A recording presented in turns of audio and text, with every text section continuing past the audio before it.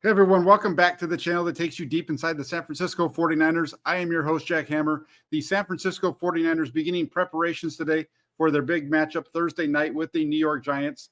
The 49ers coming into this game 2-0, the opportunity to go to 3-0 with a game, and then going into this mini bye week, as they like to call it in the NFL. Playing on Thursday night means you get a little bit extra break the week before. It's really hard on you coming into the game.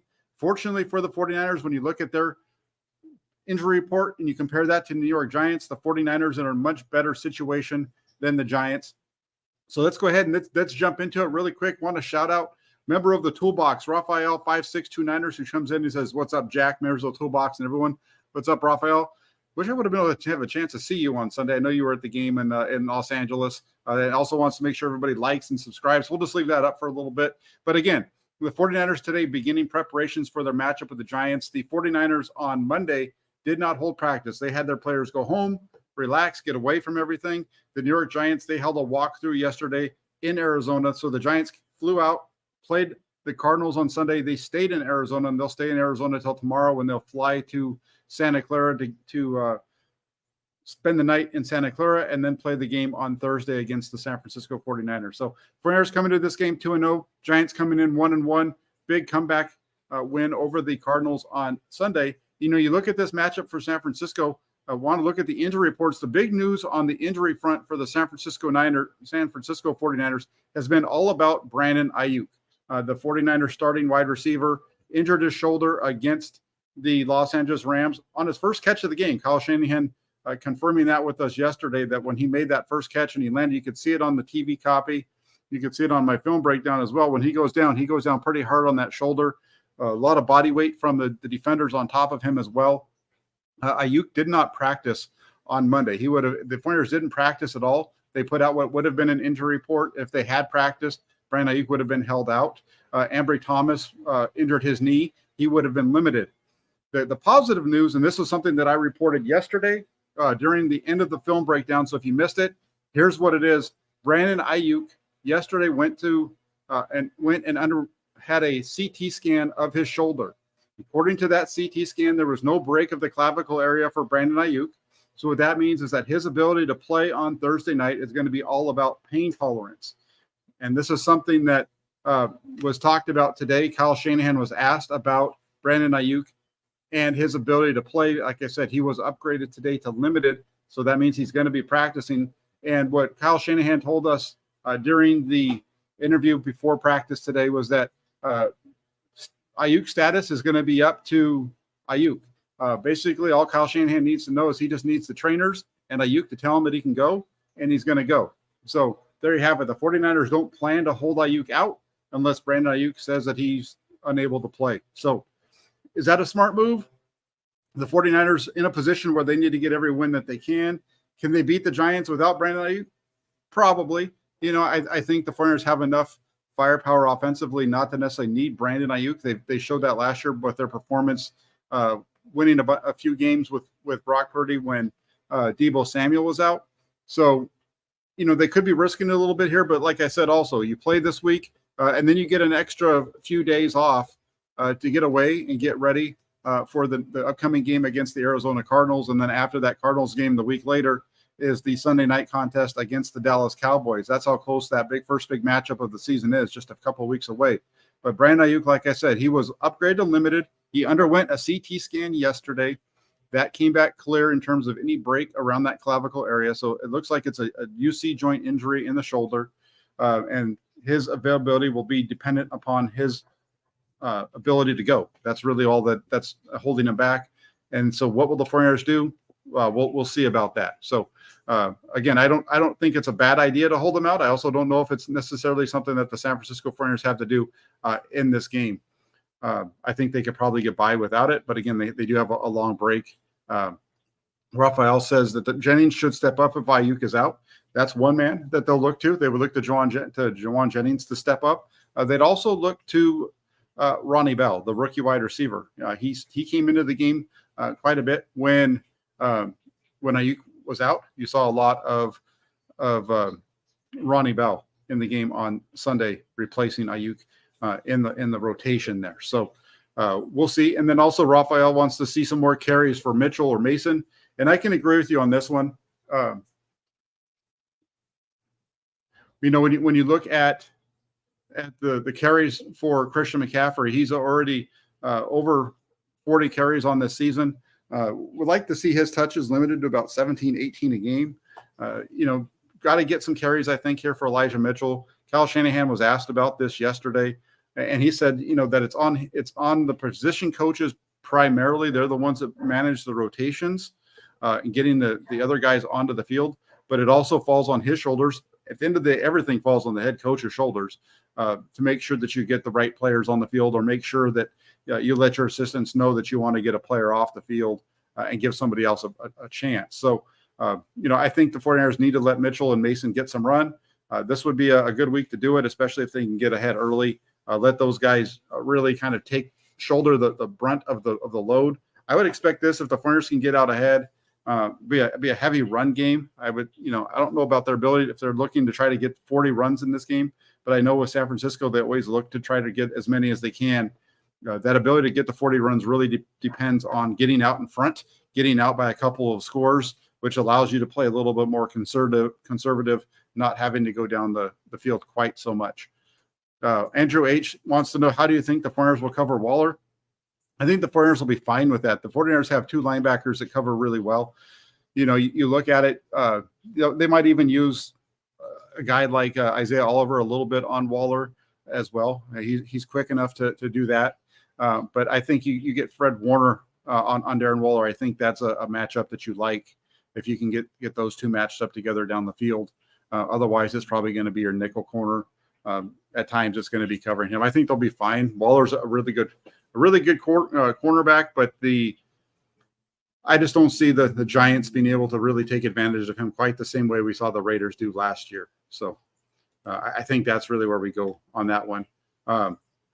Rick wants to know if I'm going to be at the game Thursday night. Yeah, I'll be at the game Thursday night. I'll be at all of the 49ers home games other than Christmas this year. Won't be going to the Christmas game. That's a family night. So I'll be reporting on the game, but I won't be at the game on Christmas. But otherwise, I'll be at the 49ers home games.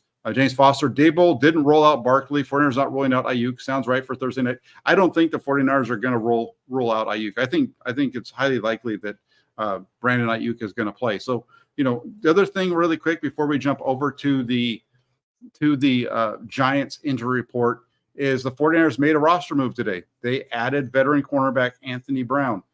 This is on the channel already. I reported that a little bit earlier today, kind of went through it. But Anthony Brown, he's going to be the guy that the 49ers turn to fill that empty roster spot created when they placed cornerback Samuel Womack on IR. So they turned to Anthony Brown. 49ers fans might remember Anthony Brown as the defensive back in Dallas who intercepted Jimmy Garoppolo late in the wild card game. That was the big interception that set up a touchdown that made that game a lot closer than it needed to be. Anthony Brown picked off Jimmy Garoppolo in that game.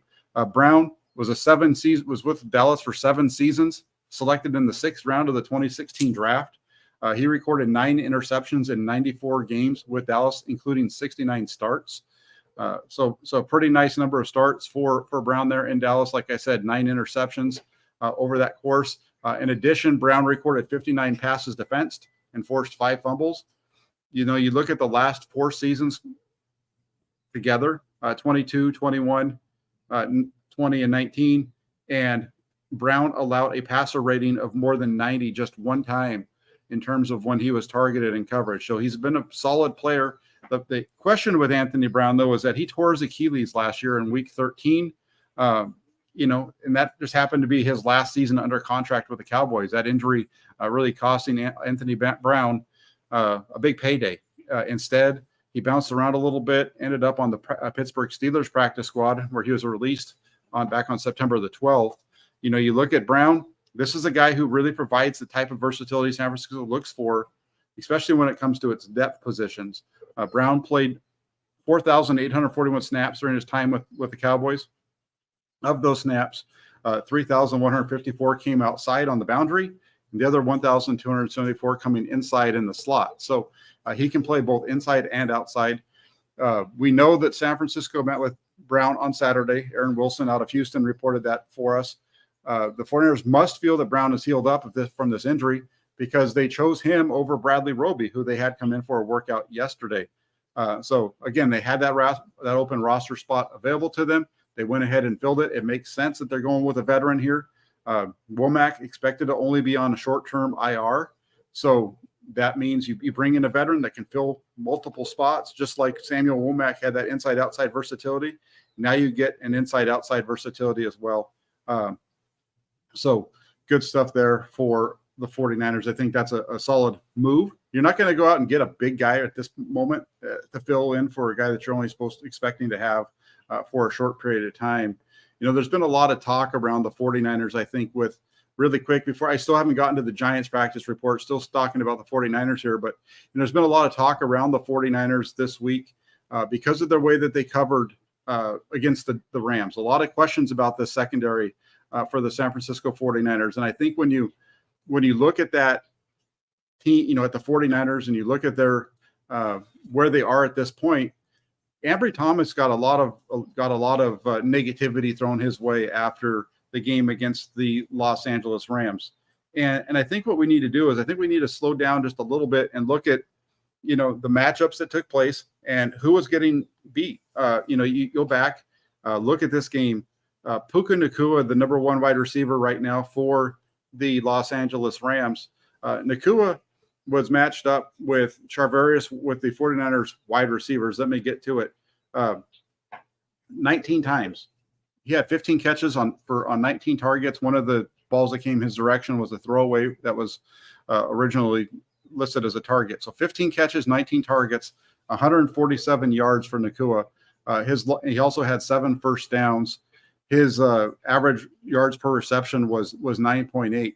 But then I think you need to go back and you need to look at, okay, let's look through the numbers. Isaiah Oliver against Puka Nacua, two targets, 2 catches, just 16 yards, just 8 yards per reception, no first downs for Nacua working against Isaiah Oliver, the slot cornerback that came on after the second series of the game. Ambry Thomas, he was targeted 3 times in coverage against Nacua. He gave up 3 catches for 16 yards, but none of those were for first down. So Ambry Thomas, Isaiah Oliver, they gave up 5 catches combined for only 32 yards and no first downs. And then you get over to the starters, Charvarius Ward. Charvarius Ward was targeted 5 times while he was covering Nacua, and he gave up 4 catches, 3 of those going for first downs, 50 yards total from Charvarius Ward. Charvarius Ward is a guy who's a really solid cornerback, but at the same time, he doesn't really have the speed that you would expect out of an elite top-level NFL corner. He gets the job done, but part of the reason we see the numbers that we see here of 4 catches for 50 yards is a couple of those are crossing routes where he's just not able to keep up on those. Nacua, not really a deep threat, but he was able to work really strong underneath and really was able to eat up on Charvarius Ward. Like I said, 4 catches for 50 yards, 12.5-yard average. And then Diamador Lenore as well. 3 catches, 36 yards, 3 out of 5 targets going his way, 12 yards. Of the 7 first downs that Nacua picked up for the Rams on Sunday, 6 of those came against Lenore and Ward, the other coming with coverage from Talanoa Hufanga. So, you look at the 49ers overall, you look at their depth at this position, I still think it's fine. They needed to add a player into that spot, so that's what they did. But Lenore and Isaiah and Charvarius Ward, that's a good starting duo. And then you have Ambry Thomas, who I think has been better so far this season than a lot of people are talking about. There's just a lot of negativity around him, and I don't think he's been as bad as people are saying when it comes to his play, at least at this point. And I'm not pointing anyone in particular. I'm just talking in general. There's been a lot of it, and I was frustrated while watching the game. It just felt like the 49ers were very soft in coverage in the first half. They tightened up in the second. That was actually talked about today by 49ers defensive coordinator Steve Wilks was asked about this today during before practice during his media session. And let's just let me go through his question really quick, because it was a good one, I think, in terms of, he was asked, tightening up the coverage, is it just getting the outside coverage a little tighter, or are there things involved with that? And he said, no, it's different. When we play certain zone coverages and the receiver splits are tight, we don't get down and press, because a lot of times if you sit there and run the ball, now they're getting 2 for 1 in terms of their ability to block because they've got edges on you. So it's a give and take, and it's a flow of the game that you get a feel for. And that's what I did. And once I got a feel for the game, meaning the first half, I adjusted on the back end to allow our guys to have our opportunity to get a little stickier in coverage. So it's mostly with the corners.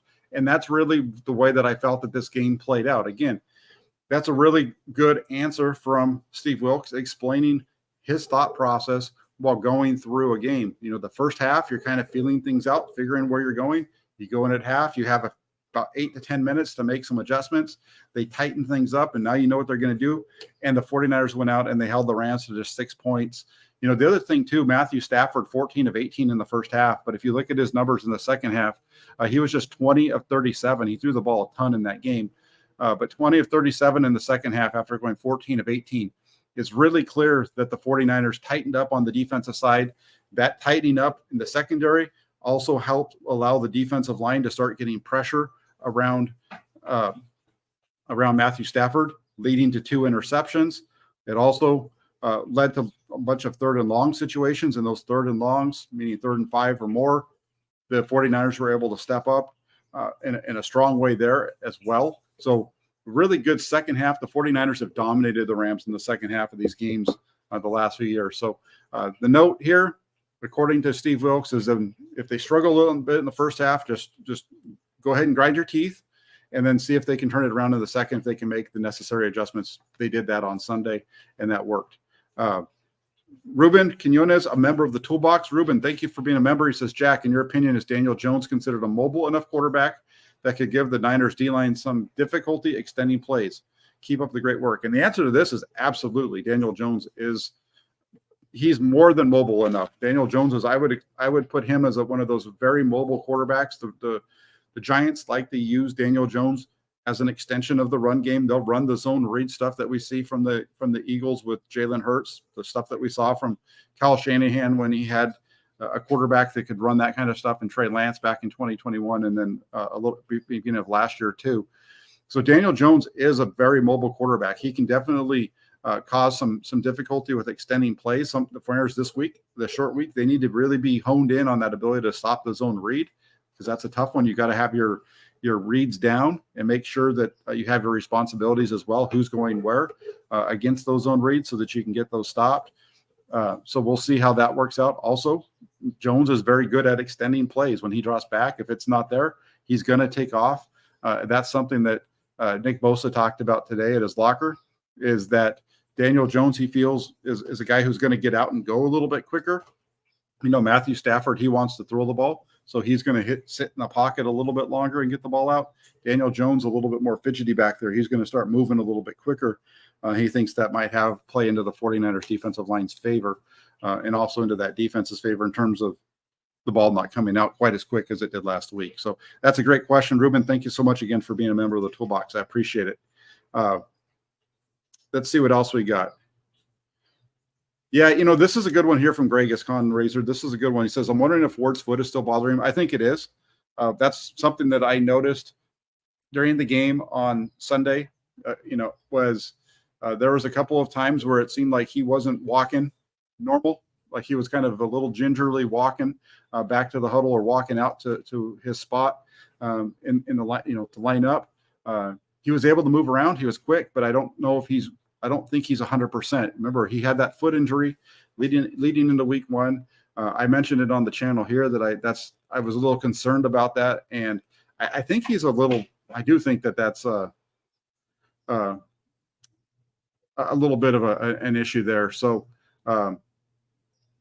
we'll see where it goes, but hopefully for the 49ers, he's going to be one of those guys that's going to have a little bit of extended break here after this game. We'll see if he can turn it around. But, as Greg says here as well, he says that feet are everything for a cornerback, and that's right. I mean, really, when you get to football, feet are everything when you play football. It doesn't matter what position you are, whether you're a cornerback, a quarterback, a running back, an offensive lineman. There's playing with your feet are such a big part of football that it's really important for sure. In terms of the New York Giants, their injury report, just to go through that really quick.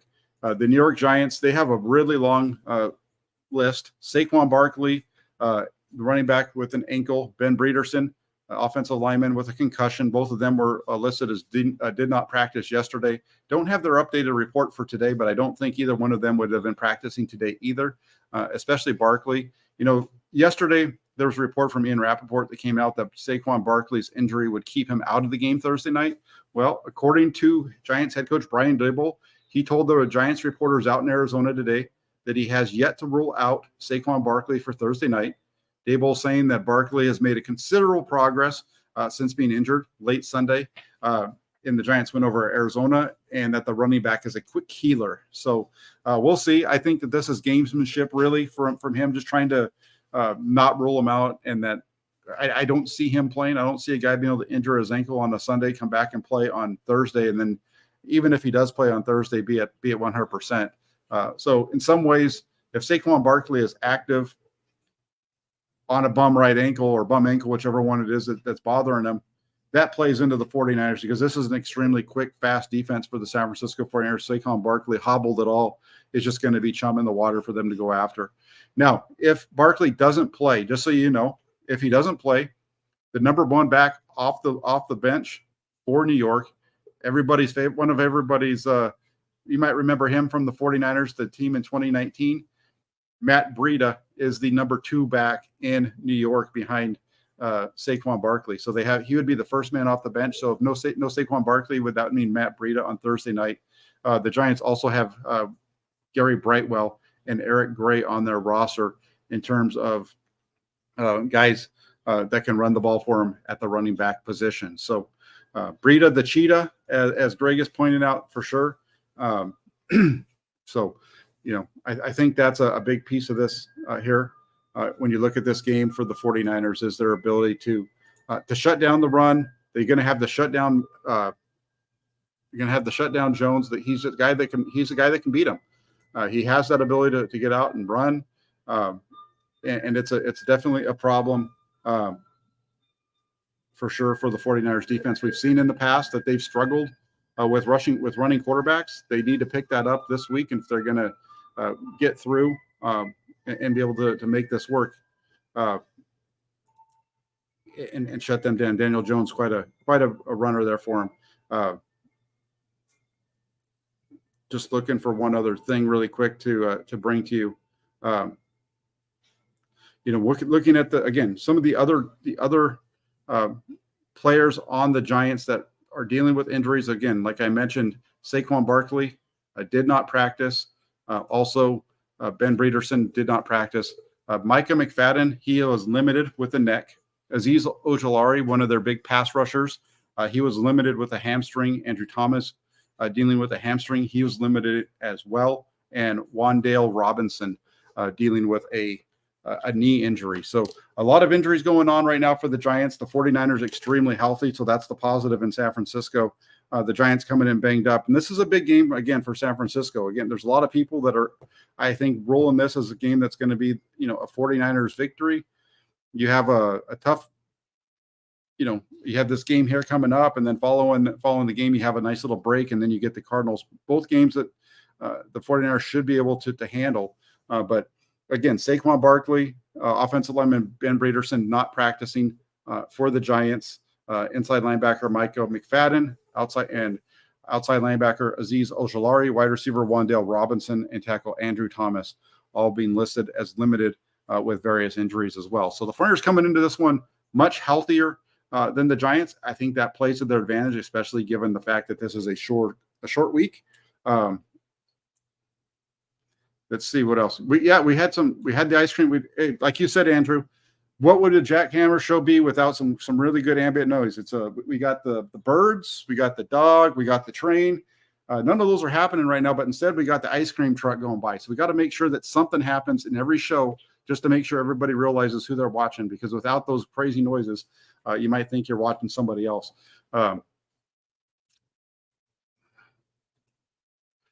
Mr. Bacon, Egg, and Cheese Croissant says 814 yards rushing and 3 touchdowns, and was second on the team, only to NFL record setter George Kittle with yards from scrimmage. That's Matt Breida with the 49ers back in 2018, I believe.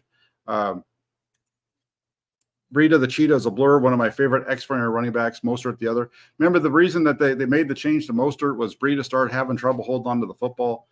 He's a pretty good ball player, though, but I just had some trouble there for a while. Mostert with some big plays. Red Eye saying that they never should have let him go. Was cheap at only $2.6 million, but 49ers, I think, are in a much better situation now with who they have.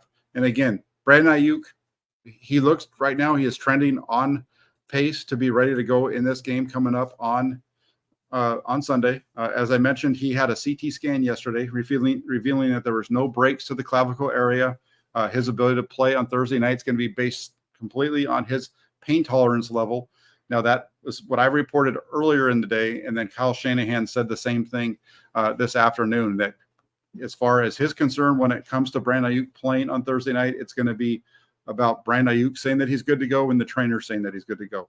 So if Brandon Aiyuk can go, I think the 49ers will play him. We can debate whether or not we think that's a smart decision, but I think that's the direction that the 49ers are going to be going here. So good stuff there. And also the 49ers, again, picking up Anthony Brown, former Dallas Cowboy. He was a Cowboy for 7 years, was Anthony Brown. So a good pickup there as well. Mr. Bacon, Egg, and Cheese Croissant also wants to know what's going on with D. Winters. No snaps. D. Winters is a rookie. That's really what's going on there. D. Winters is a rookie. Braden Willis, a rookie. They were both active on Sunday for the first time, but it makes sense that they didn't get any snaps in that game, at least to me. Again, it was a tough, close NFC divisional matchup. I think what's interesting about that is when you look at Braden Willis being activated, the 49ers had 4 tight ends active in this game, yet the 49ers spent most of their day using 11 personnel, which is 3 wide receivers. They very rarely went into 2 tight end sets. And a lot of that just had to do with the matchups that they were getting. And that seems to be something that we've seen now with them against the Los Angeles Rams over these last couple of years. A little bit more of that 11 personnel look than usual. Just kind of looking through really quick to see the snap counts to see if the rookies got onto the field at all. We're talking there about D. Winters and so on. So I'm looking through it really quick. I don't see his name in the snap count chart either. So it doesn't look like D. Winters got onto the field. It doesn't look like Braden Willis got onto the field. I'm scrolling through it, but I don't see him listed here. So it doesn't look like either of the rookies even got onto the field in terms of special teams. But people are asking also about Charlie Warner, Ross Dwelly. Why are they on the team? Well, they're big special teams. They're key special teams guys. Charlie Warner, Ross Dwelly, they played 23 special teams snaps apiece. George Odom, 22. Demetrius Flanagan-Fowles, 22. Jair Brown, he saw 17 snaps, all on special teams. Same with Jordan Mason, 17 of those. Trey Swilling, who was called up from the practice squad, he had 14 snaps on special teams on Sunday against the Rams. But yeah, no snaps for the rookies, none at all. They were both up and active, but did not be able to get to where they could touch the field, at least on Sunday. Ruben also saying, I've seen some good grades and reports for Kinlaw against the Rams. Did you see something, the same thing during your film review? Yeah, I saw it during the game too. Kinlaw is playing at a pretty good level. He's doing a good job in terms of keeping, on the pass rush. Javon Kinlaw has been strong in that area so far this season. So good stuff there for Javon. Just take a look at it really quick. So Javon Kinlaw in the game on Sunday down in Los Angeles, he played 25 snaps. Had 25 pass rushing snaps against the Rams. In 25 pass rushing snaps, he had 4 quarterback hurries. That was that was second most on the team. Nick Bosa had 3 hurries. Javon Hargrave had 5. Javon Kinlaw with 4. So pretty good numbers there from him. If we list those out, the 49ers had 21 total hurries, according to Pro Football Focus on Sunday against the Rams. Again, Javon Hargrave leaned away with 5. Javon Kinlaw with 4. Then you had 3 from Drake Jackson, the second-year defensive end. And then you had 3 from Nick Bosa. Bosa also having 3 quarterback hits. So two hurries, 3 quarterback hits from Bosa. The only sack coming from Fred Warner. So the Flyers did a pretty good job there. If we look at Javon Kinlaw so far for this season, he's been doing a good job when it comes to his pass rush. He has a total of 6 pressures so far in 47 snaps. So that's not bad. Six hurries, 1 batted ball, 1 tackle. So, he's doing a good job in terms of getting onto the field in his role as a backup depth type of player. He's given the 49ers exactly what they want in Javon Kinlaw. And I'll say this one more time. If you missed me pumping this up last week, I'll do it again. But go over to Larry Kruger's channel. Check out the interview that he did last week with Javon Kinlaw. It was a really good one-on-one interview in the locker room. And what I like about it, again, is it was just you got to see a little bit of more of the personality of Javon Kinlaw, not so much of the closed-off person that gets up on the stage where he's got all the media people in front of him. But when he was talking one-on-one, that was a really good interview. Really shows who Javon Kinlaw is, I think, the type of person he is. So if you get a chance to do that, and Greg's pointed out here, get over there, check it out. I think it was, I agree. I think it was a phenomenal interview. Forget Larry. Larry's a good guy, but the way Javon Kinlaw and his ability to just communicate how he's feeling and everything, you can see the positive way that he's feeling about stuff right now. So that's really good. So again, just to wrap this show up, been doing it about half an hour, but the 49ers Giants injury reports, Brandon Aiyuk upgraded today to limited status. He would have been limited as not participating if they had held a practice yesterday, but he is trending up right now in terms of playing. That decision is going to come down to Brandon Aiyuk and the trainers. If they feel like he's healthy and ready to go, they'll go. That comes from Kyle Shanahan telling us today. Also, the other injury with the 49ers right now, Ambry Thomas with the knee, but he's limited.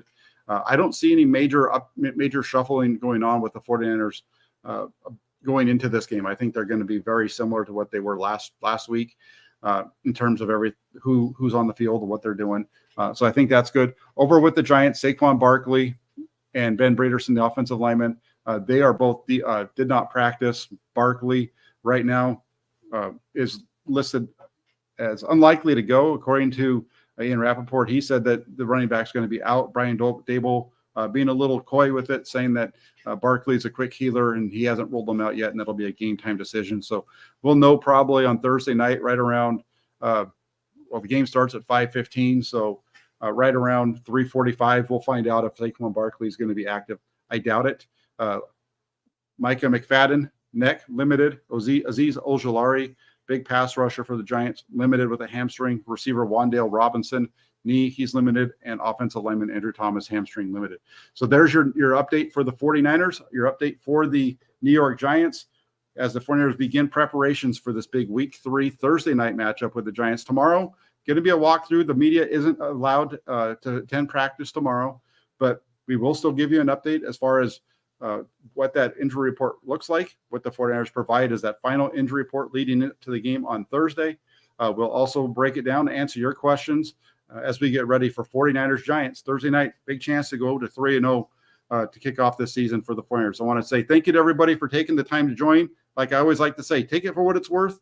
Do me a favor. Hit that like button before you leave. Also, if you're watching this, you're not already a subscriber to the channel, hit that subscribe button here. And then also make sure you turn on your notifications so you don't miss any of the updates right here on Inside the 49ers with Jack Hammer. Thank you all so much for taking the time to watch. I appreciate each and every one of you. And I will be back tomorrow with more updates. Take care, everybody. Talk to you soon.